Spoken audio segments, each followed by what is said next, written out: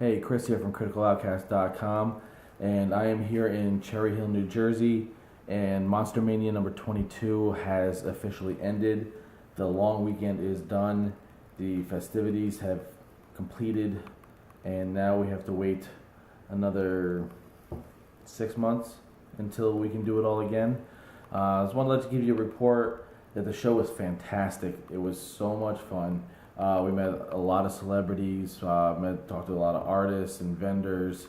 Actually, let me back that up a bit. It's Monster Mania. If you don't know what that is, let me tell you, it's a horror convention put on by Dave Hagen. It's held in Cherry Hill, New Jersey, twice a year, March and August, as well as one in Maryland, which I believe the dates change on that one. I don't think there's necessarily a set time for that, but that one's actually coming up at the end of September.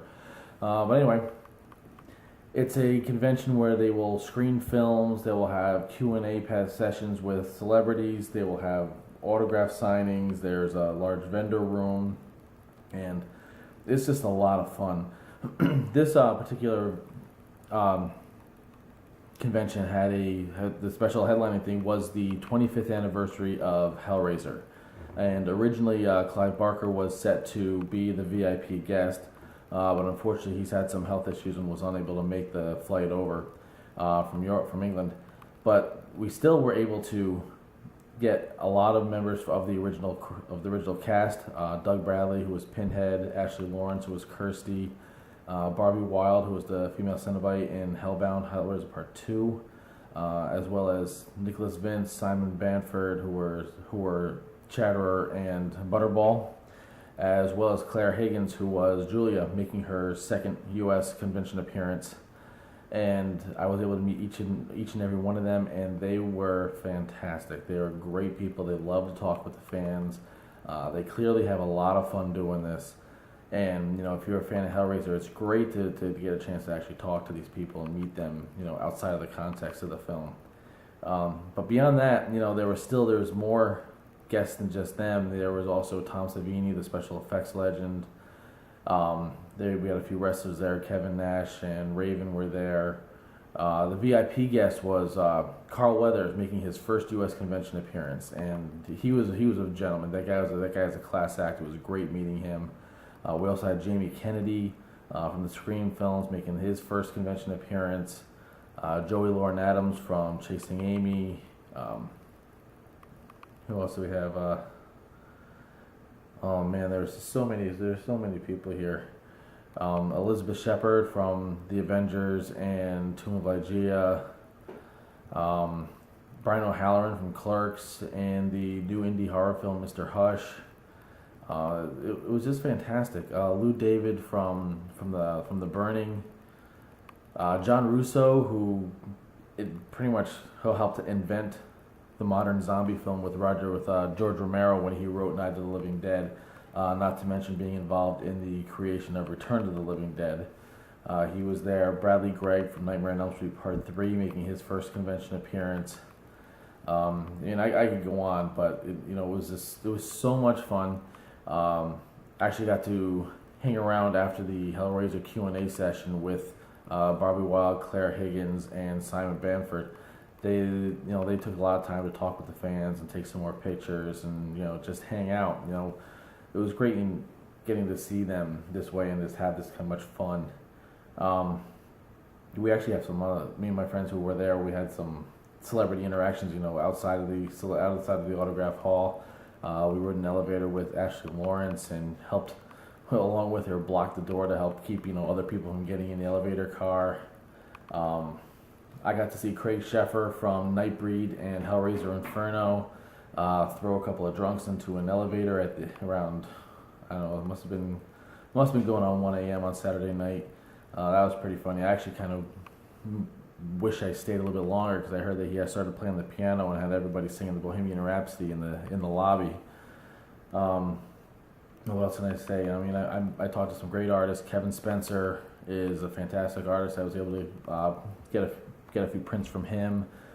C.J. Drayden is another amazing artistic talent who's also, besides making these great interpretations of famous characters, is also working on his own deconstruction, reconstruction of the Pinocchio story.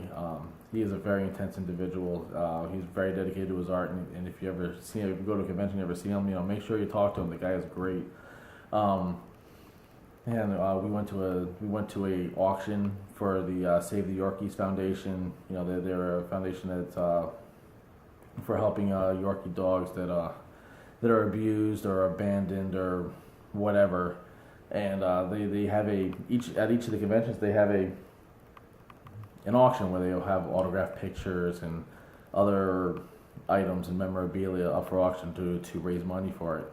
And I was actually able to win I won my bids on a couple of things. One was a autographed photo of Elizabeth Shepard, as well as this really interesting art piece by, I believe the artist's name was John Opel, who created this.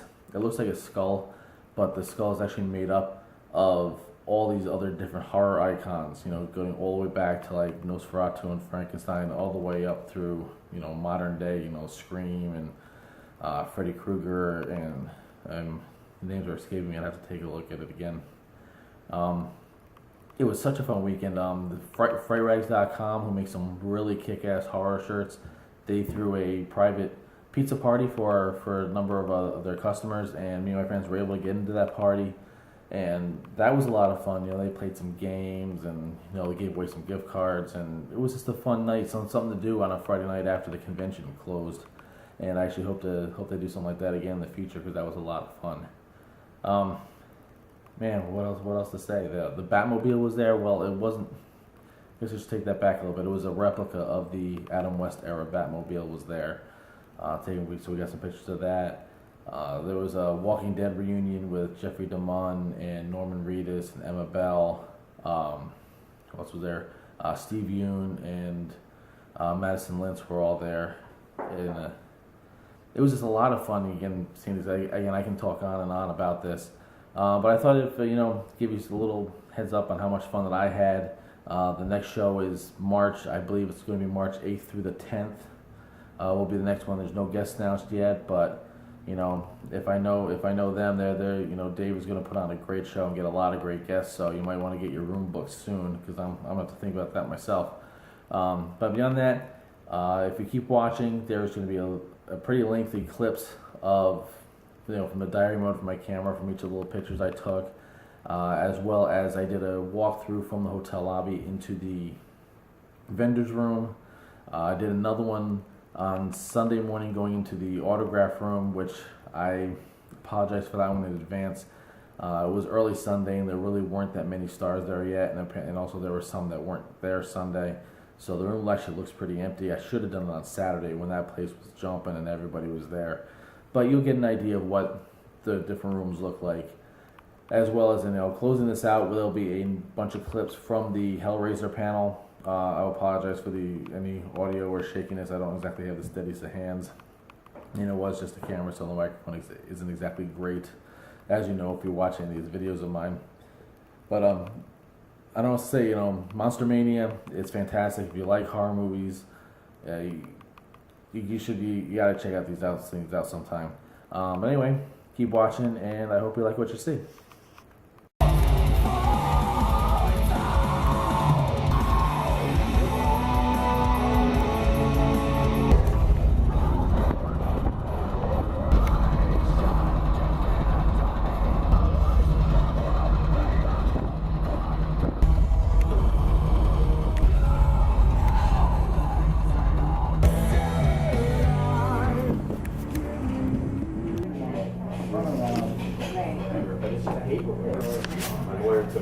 There's always something wrong. State of New Jersey, and she doesn't let, and we're trying to teach her manners. But you only say that to family and close friends. You don't go around. No, they have go to school most of the time. And the Army with the GI Bill over the 10 years.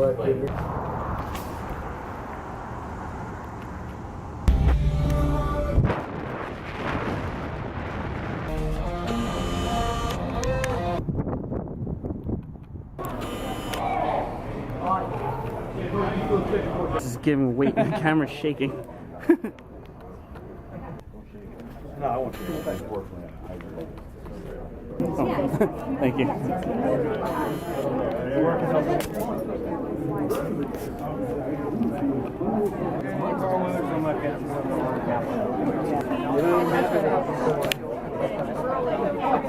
Got a camera, so we're good.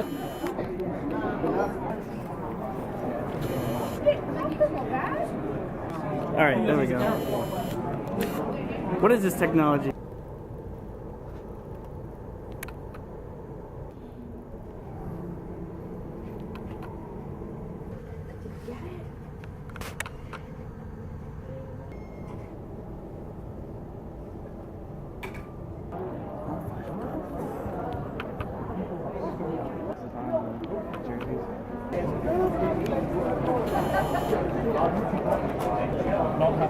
Okay.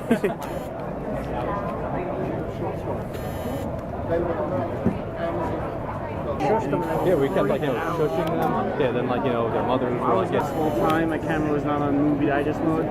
oh. With the mask.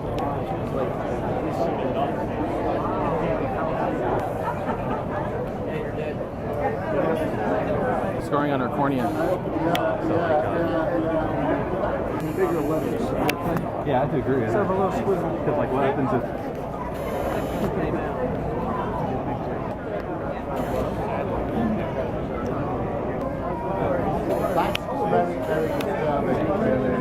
Part 3.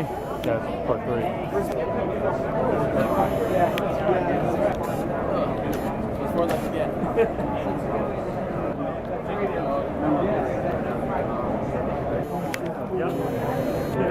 Right at the corner.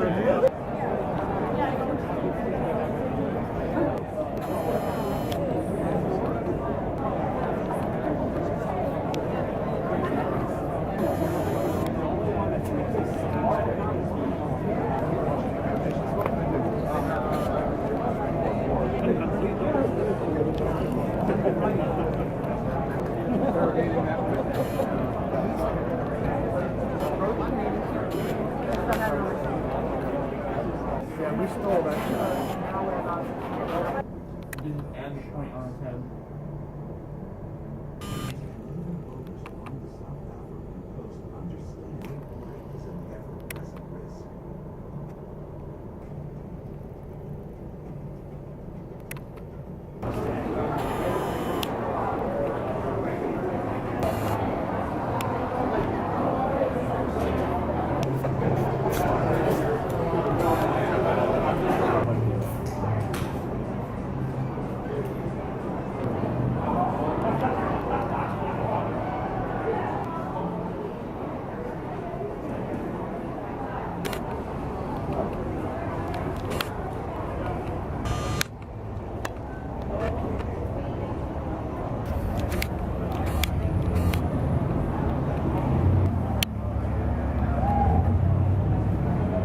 Capacity inside and outside, put it on your Facebook page.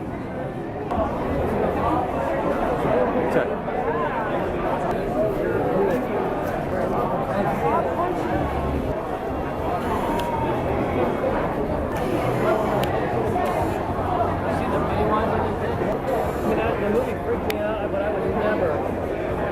Give me a half.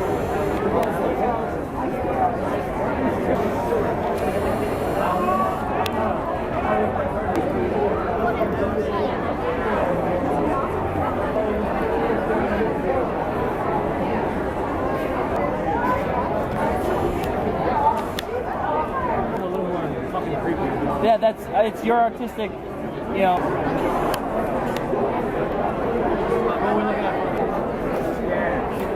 let me get one here.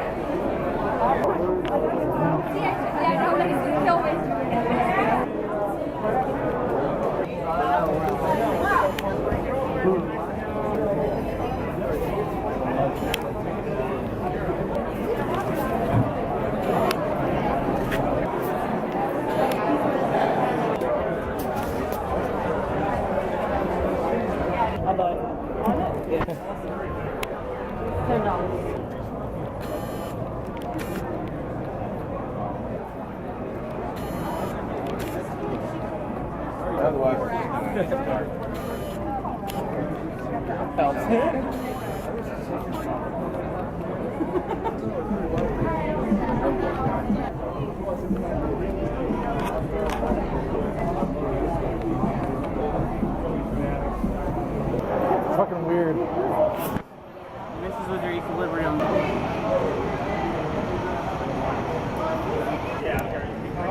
I don't know.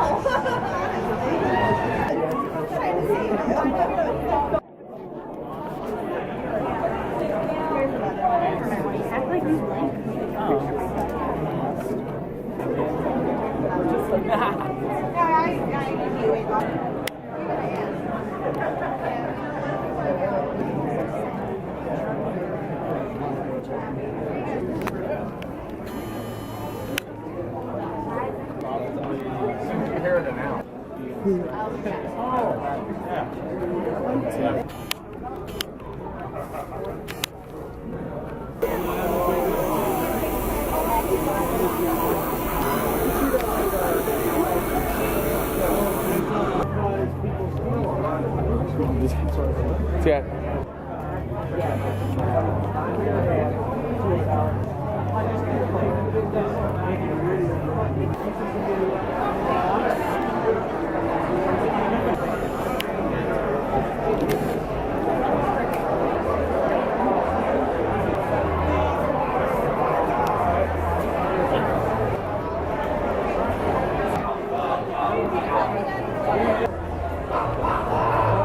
Oh, no, I'm just Yeah.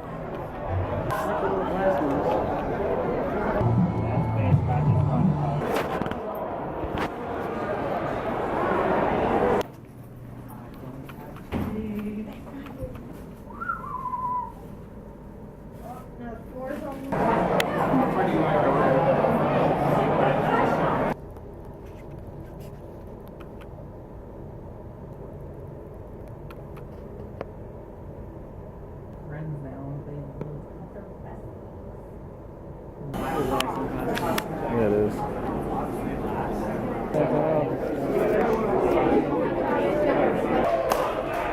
And I don't know if anybody has seen Ted.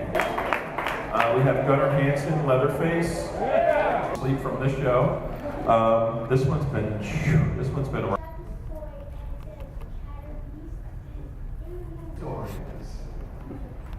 Chatter was always the family. That's what Clive told me. It wasn't in the script. Monkey type thing.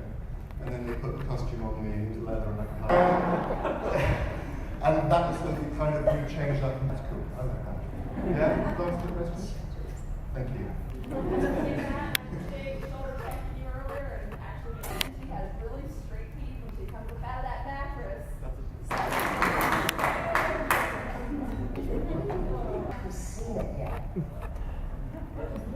I had a journey into imagination. The boundary. They make it safe for you and they allow Here's what we have, and I said, oh, okay, and a bit of tie and Faith phoned me and said, story. Frank was you know, why not? Scenes of the movie was when Julie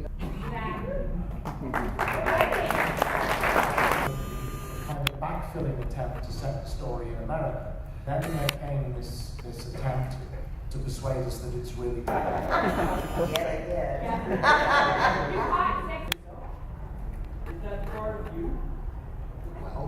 no, I mean, you know, it's called acting. Oh, it's like it was. I'm very sick and twisted.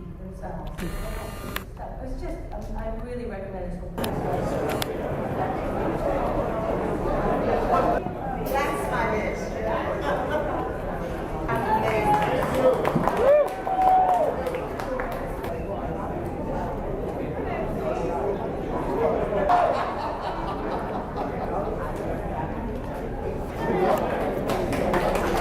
Ladies and gentlemen, please a big round of Dr. at Hellraiser reunion.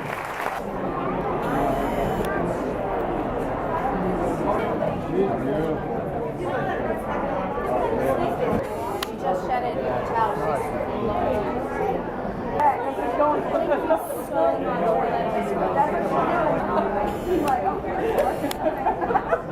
She was so kind. It was like a bearded dragon burying itself in my hair.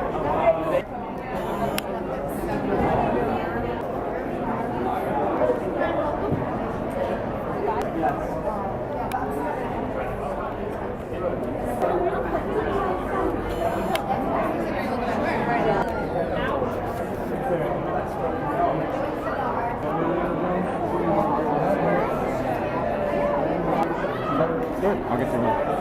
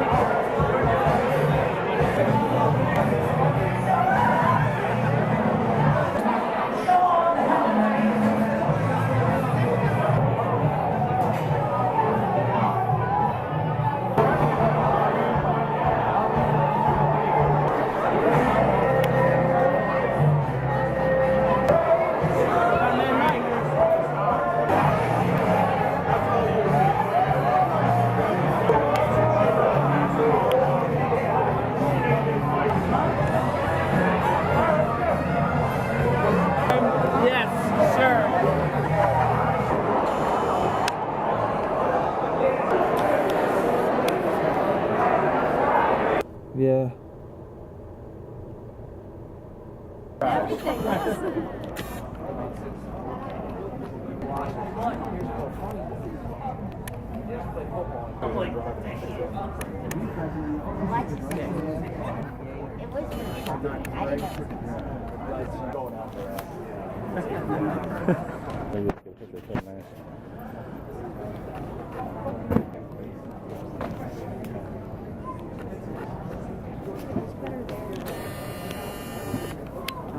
License plate. Is that creepy? You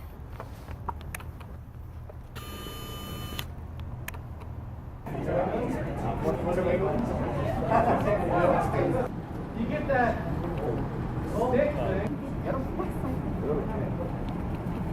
Yeah, we have. Oh, there's a good one, Rod.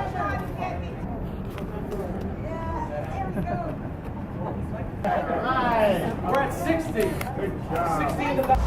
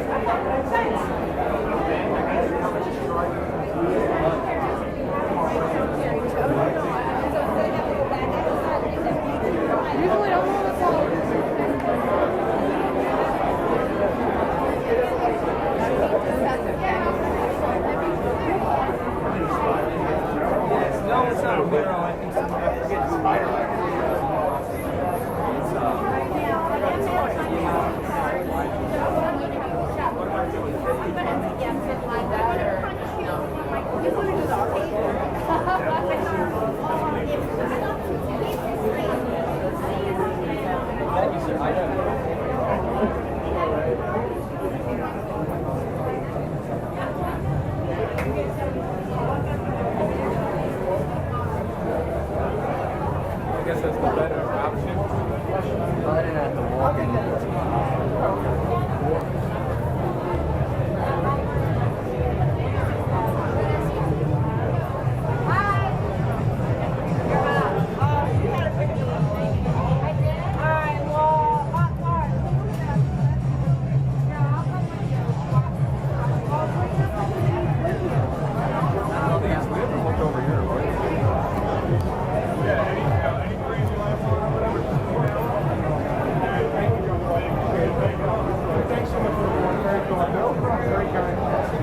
Is it obvious that I need it the way I'm sweating like an animal?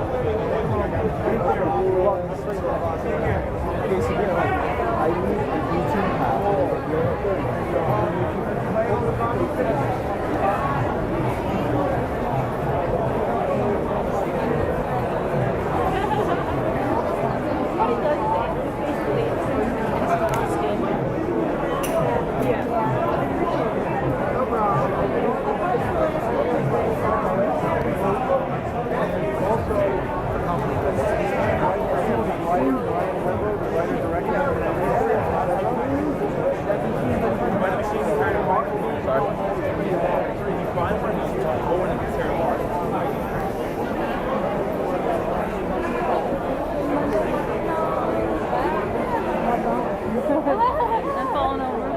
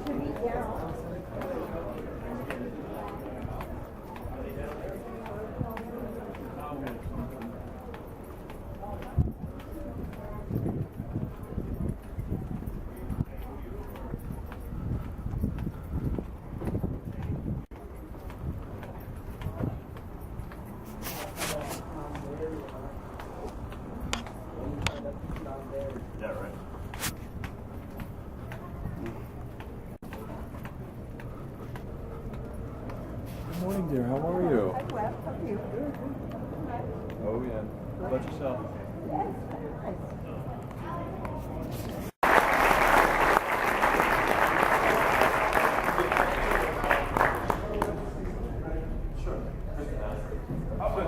There's half a part of this. There's a new theme tune to Hellraiser. The Satellite's coming. Satellite's coming. Satellite's coming. Satellite's coming.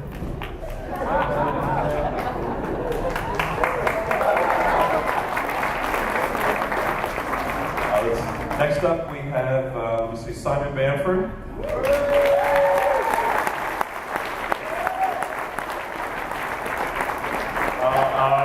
in trouble tonight.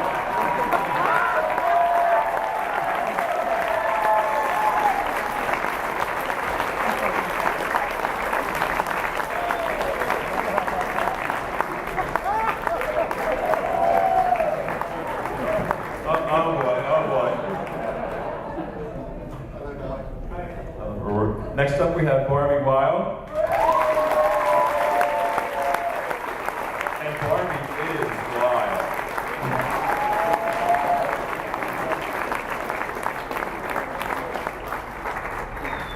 Next up is a person that whenever I see him, it reminds me of the very first show we had. It was very tough when we put our first show together to find people that would put their faith in us and come to our show. And when I was told that this person was going to be the headliner at our very first show, it made the world to me, and it put Monster Mania on the map. And that person is Doug Bradley.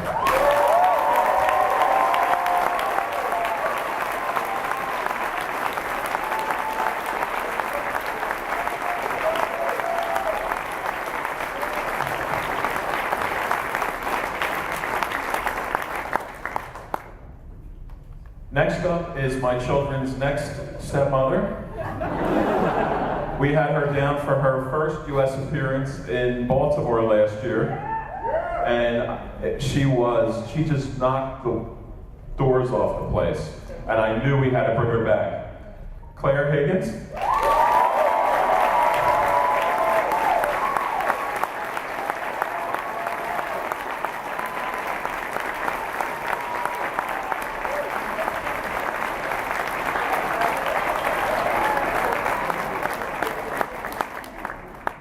Claire likes martinis, right, Claire?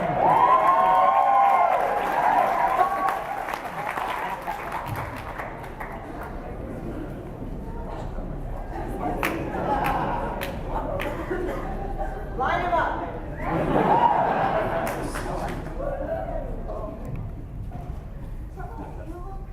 Yeah, I think we have everyone.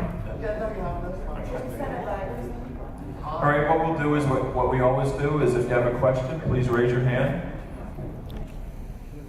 Who's the first up? Little boy over here.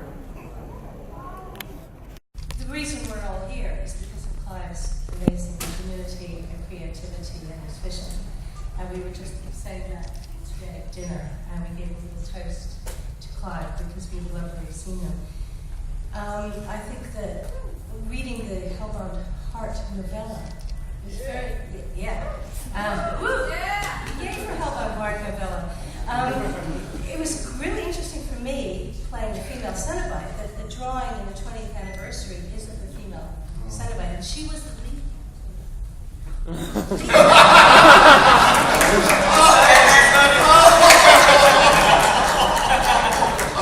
I suggest you look at the credits in the movie. I'm talking about in the book. In the book, the Cenobite that Kirsty first sees is female, and it's very kind of graphic. Gray, gleaming. Right? Gray, gleaming. Yeah. Vulva exposed. Yeah. Anyway, but when I first got on set, I hadn't met Clive, and my one bit of direction from Tony Randall on Hellbound Heart was that I said, "What's my motivation?" And he said, "You're dead."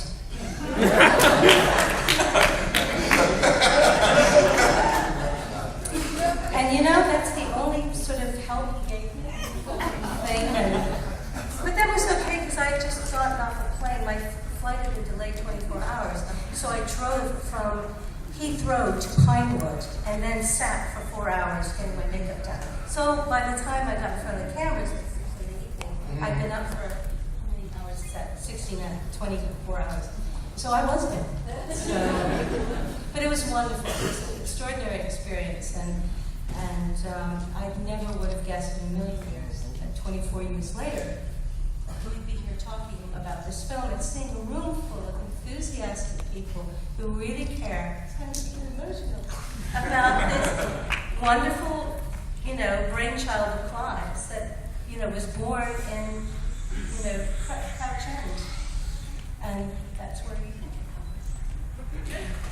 Thank you. Well, I also lived in Crouch End. That's where you from, right? No, Cricklewood. Oh, He brought everything, really, for me. I've said that before that I probably found 95% of what I was doing with Pinhead sitting in front of the mirror with the makeup on for the first time. But before that, there was lots of discussion with Clive, and I'm approaching playing a part that I know that he has literally dreamt up. And I had conversations with him in which he told me that Pinhead was a cross between a monk and a butcher. That I should think of him as a surgeon in a hospital in which there were no wards, only operating theatres. And that as well as being the surgeon who wielded the knife, he was also responsible for keeping everything running on time. So, I mean, those are imaginative insights that you're not going to get anywhere else, really, and they're invaluable. You can't necessarily do a lot with them as an actor straight away, but as you're reading the script and approaching, and then of course I read the script, and Clive has given me one or two decent lines. And there was a step change between the language he'd employed for almost all the other characters, and the Cenobites and Pinhead in particular. So I ran across lines like, "No tears, please, it's a waste of good suffering," and they for an actor, lines like that off the page. So everything, really. And then he has complete faith in you, and he thinks on his feet, and he always has a solution. And I really only got one note for him when we started, which was do less, do less, do less, do less, do less, which is difficult. Again, as an actor, you start to feel as though you're just standing still, moving your mouth. And in a way, that's exactly what he was trying to make me do. What he was saying was, trust me, if you are standing there doing nothing with that makeup on, by the time that is 20 feet high on the screen, it's working overtime on your behalf. So, everything would be the short answer to your question, really. Which is why I had a belt with loads of torture influence. But I don't think I really ever came out in the film. Once we actually got down to wearing the makeup and on set, because I've got 2 inches of foam latex over my ears, eyes, nose and mouth, well, the dentures in my mouth, Clive's direction was kind of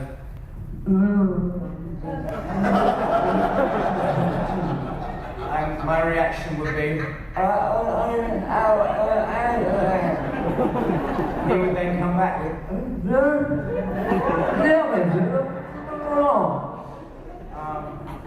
so it was an interesting experience. The best thing, though, Clive gave me during the filming was I got very upset wearing the makeup because it was like sensory deprivation for 14 hours a day.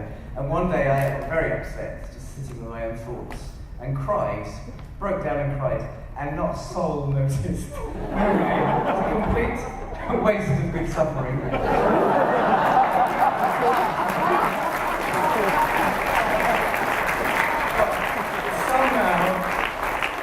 Clive seemed to kind of sense this, and the best thing he gave me was a bottle of Jack Daniels with a straw.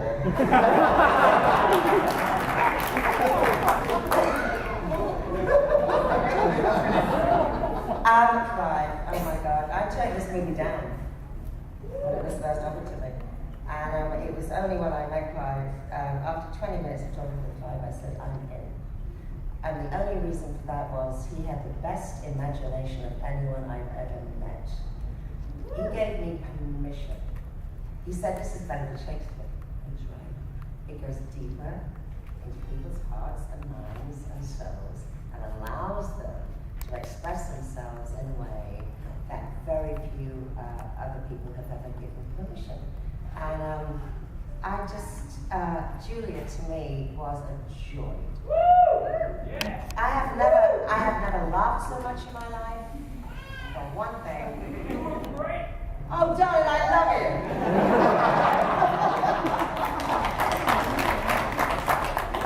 Clive gave me permission to go further than anyone ever has. And I was saying to someone the other day, I'm going to this convention. I went, why? I said, you know why? Because everybody here is more mentally healthy than the people out there. And that's because we have the gift of imagination, exploration, Clive really nailed that for me. He gave me permission. And I think he's given all of us permission to be here, to be ourselves, to go wild in our imaginations. And it's absolutely beautiful. I'm just so sorry he's not here. But he's here in spirit, and yeah, that's the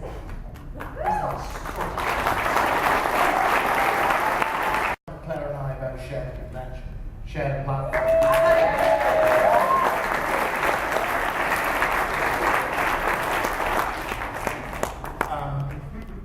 I have seen Claire in the interim since the last day of Hellbound, but I was sitting in stalls in the West End watching her work, particularly Vincent in Brixton. Wonderful. I was asked by Clive if I would help screen test both Ashley and a couple of Julies. Screen tested Ashley. I've never shared this story. I screen tested an earlier Julia. Then Claire emerged from her dressing room, and I wanted to say to Clive at that point, you don't need to bother with this. This is it. There was a look in your eye that was bothering me. The best possible way. We're on the soundstage at Cricklewood Production Village, and they'd set up a big block of film, which was taped to the wall. I was playing the victim with the weak bladder. So my job is only to walk in and say, I need a pee, and you tell me where the loo is, and I turn around to exit. Although we're not exiting, I turn around, I drop out the frame, and Claire swings the hammer and hits the block of foam. As you do. We duly did it. I drop out the frame and I hear whack. And then there was a long pause, and a slightly nervous voice from behind the camera somewhere said, "Cut." And I came up, and I'm looking at Selwyn Roberts and Clive and Robin Bidgen behind the camera, all just going. And I was saying, "What is there a problem?" And they said, "No, it's no problem. We don't need to do that again. That's fine." And Selwyn whispered to me, "She missed you by that much." I think that was when they knew they had their Julie. So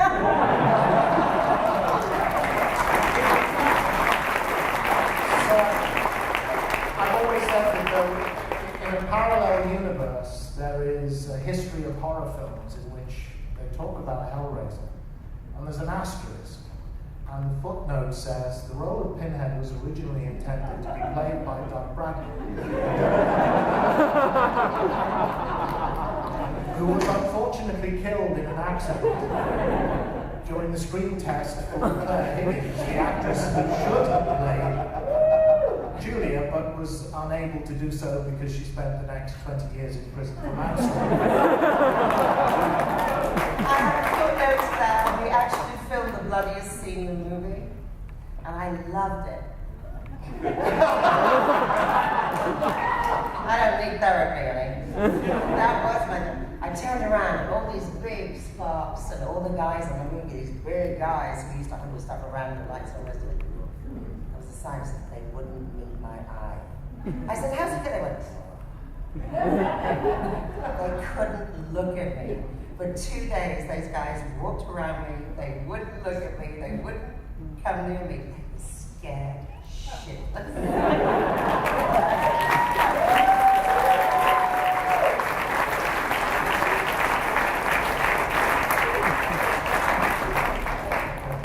Right here. By September 3rd, they were losing the rights to the franchise. I was given a direct quote from Bob Weinstein to the line production company. "We don't give a shit what you do, just get this movie in front of the cameras." Which, makes you sit up and say, "Wow, I really want to make this film for you." 2-week shooting schedule and a budget of $150,000 to get a movie written, prepped, cast, and in front of the cameras by September the 3rd. I pretty much already said no. They wanted me in LA for 3 days for the price of a new fridge. And I did say I'd like to see the screenplay, and then I said no. I haven't seen it. I've seen the trailer. Don't watch it. If my ego is ever feeling dented or at a low point, I go to YouTube and I read the comments.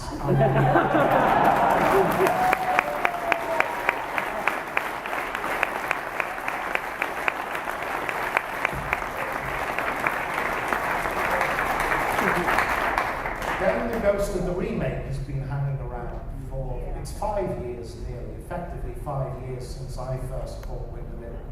I hate the idea, there's no need for it. If we all of us, I think, if there was any sense from you, from Anthony here, if you were coming to the table with us and saying to us, oh yeah, I saw Hellraiser recently, yeah, for a movie made in the 80s, it's not bad. Maybe there'd be a reason for remaking the film, but precisely the opposite is the case. Can I just say, it won't happen, I've cursed it.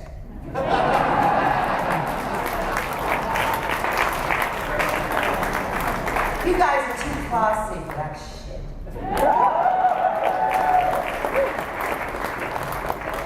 You ever make something that's perfect? I've always said is they are there as facilitators between the creative people and you, the audience, and that's it. They don't know how to make movies.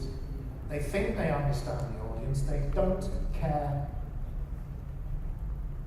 a jot about you guys. They really don't care. I went to see Rob Zombie's Halloween. I love Rob Zombie. But the movie sucked.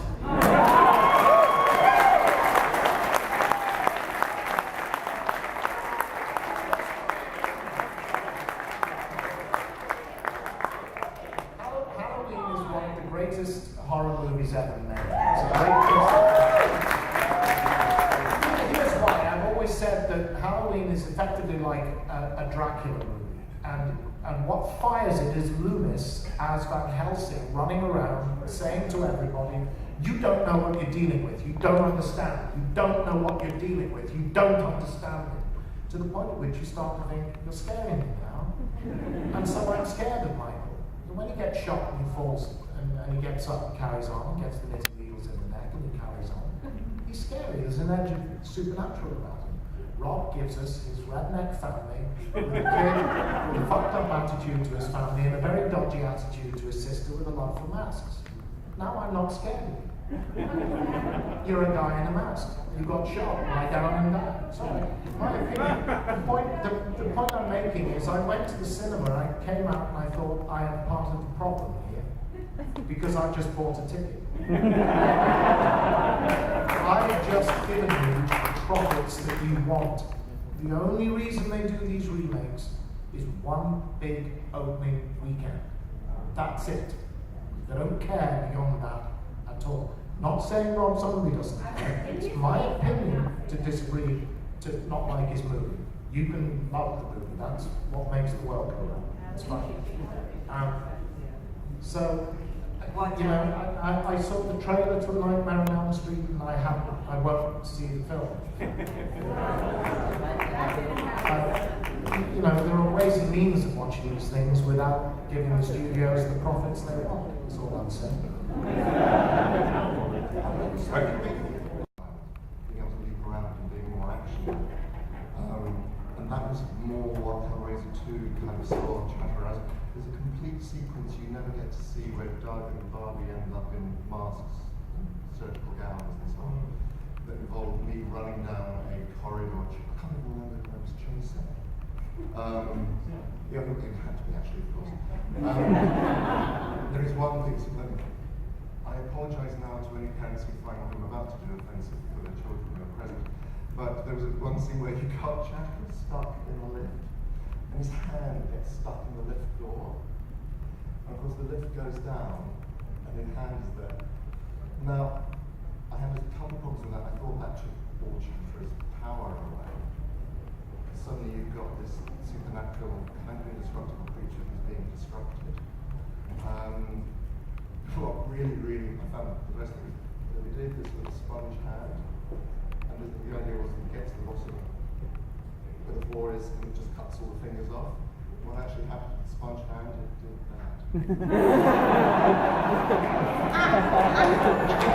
Well, that's the reason why he had eyes. There was a sequence of to make him more actively aggressive, more runny, kind of loop around type.